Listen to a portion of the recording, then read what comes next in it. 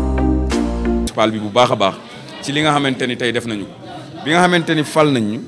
te palug ren gi wuute ak yeneen pal yi ñu daan fal parce que palug ren gi ni ñuy fale président de la république maintenant noonu la ñuy fale maire ndax ba ñu waree campagne dañoo dugg ci ruq-ruqaan yi waxtaan ak nit ñi suñuy naataangoo suñuy yeneen morom dugg ci ruq-ruqaan yi waxtaan ñun ñu fal ñu tey bi ñu ñëwee fekk na ma remercier loolu population yëmbal ba pare tey bi ñu ñëwee nag li tax may remercier li nga xamante ni mooy conseil municipal bi dañoo jëfe ndigal ndax man mi nga xamante ni nekkuma bleu ci maire yi maa leen dajale démb ak bërki démb ñu waxtaan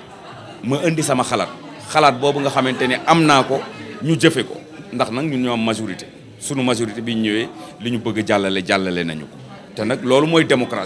démocratie mooy majorité bu bëggee jàllale dara minorité na ñëw xëccu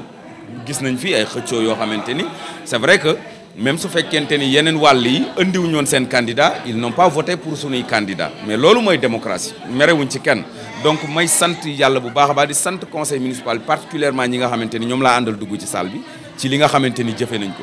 tey nag bi ma génnee ci salle bi beneen Bara Gaye la ñuy gis mooy Bara Gaye ba ñu gisoon ba mu génnee ca salle ba 2014 muy Bara Gaye maire nekkatul Bara Gaye politique Bara Gaye maire muy maire u yëmbal yëpp maay maire u yëmbal waa yëpp donc te su ma ko waxee waa yëmbal war nañ ko mën a gëm di nga salle de délibération bi ku ma xam-xam ni damay rus sax ñu fiy waxtaane politique kenn du fi waxtaane politique parce que li ñu dénk moo ëpp solo junni yoon donc ñu ngi sant waa conseil municipal bi ginnaaw bi ñu sante aussi population bi te di leen wax ni incha allah li nga xamante ni mooy sunuy défi dañuy continuer ci la ñu doon def muy défi infrastructurel ndax yàlla dafa dogal tey foo jaar ci Sénégal ñu ne la Bara Gaye li mu def moom ak équipe municipale bi génn ci wàllu infrastructure amul ci Sénégal donc loolu sant yàlla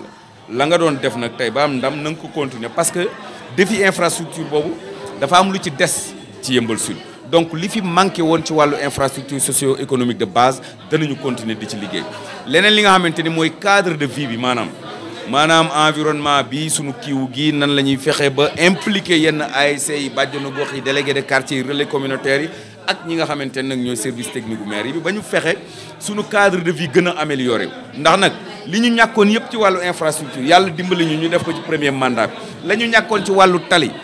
président Ablaye Wade commencé woon ko 2011 ak tali karo yi tey yàlla dogalu si président Macky Sall di ci continuer tey benn tali ñaar yu baax moo ñu dese woon muy mbedd Thierno Ndiaye bi nga xam waroon na commencé depuis 2012 commencé wuloon alors yàlla dogal tey commencé na mbedd Gaynde commencé na leneen li ci des mooy accompagnement bi war te loolu ñu ngi koy xaar ci maire bi te incha allah danañ ko assumer ba mat sëkk danañ ko taxawee pour que sunu cadre de vie mën a gën a améliorer. waaw loolu aussi dafa xam nga loolu am na lu bëri lu mu ñu yàqal parce que am na yu bëri yoo xamante ni en terme d' aménagement suñu ko bëggee def te fekk route Niayes nit ñi wax na la depuis ñeenti at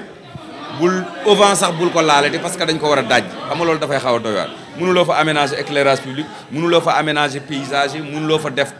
carreau pavage ci buntu kër yi mënuloo def dara parce que bañ ko waree daj dafa yàgg donc li ñuy demander état du Sénégal rek en rapport avec parce que les bailleurs ont déjà financé li nga xamante ni mooy route Niayes bi bailleur lenn la dul financé muy impense yi nga xamante ni gars yi bu ñu ko dajjee moom la ñu war a fay loolu nag état du Sénégal moo engagé woon ni dana ko financé te loolu 30 milliards lañ ñu wax ni 30 milliards nag yomb na yàlla donc war na yomb état du Sénégal nañu génnee li nga xamante ni ñoom loolu la ñu war a apporter parce que bailleur de fonds yi financé nañu route des Niayes bi yàgg na route des Niayes boobu moo jógee rond point Liberté 6 ñëw ba Kër Massar ñun côté bii nga xamante ni moom la Enan Chine gagné mooy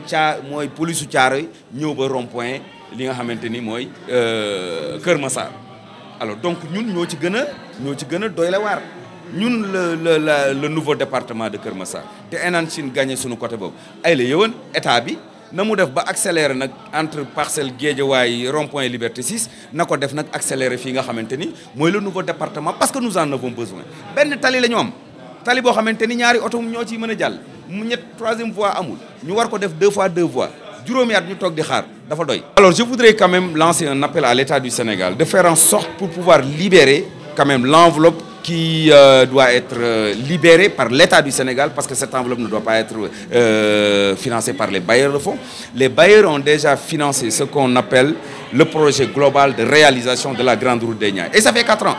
Moi, quand j'ai reçu les gars de l'Agiroute, les gars de la préfecture et tout, ça fait plus de 4 ans. Les tracés ont été déjà faits. Ils ont demandé aux concessionnaires de ne plus toucher un seul centimètre de leur demeure. Parce que ça a été déjà évalué. L'enveloppe qui a été déjà évaluée donc, est déjà actée. Donc l'État du Sénégal n'a qu'à libérer les 30 milliards pour pouvoir indemniser d'abord les gens qui doivent les impacter. Si les impactés sont indemnisés, donc je pense que l'enveloppe est déjà disponible parce que le projet a été déjà financé par les bailleurs de fonds. Nous, département du Keur Massar, nouveau département de Keur Massar, nous en souffrons. Nous voulons aujourd'hui des infrastructures de base qui nous permettent d'être connectés partout dans le monde. Parce que le terre nous a complètement coupé de l'ancien département de Pikine. Alors donc nous voulons véritablement que ces 2 fois 2 voies soient réalisées pour que la connexion entre le département de Keur Massar et le département de Guédiawaye, le département de Keur Massar et le département de Rufisque puisse se faire dans les règles de l'art.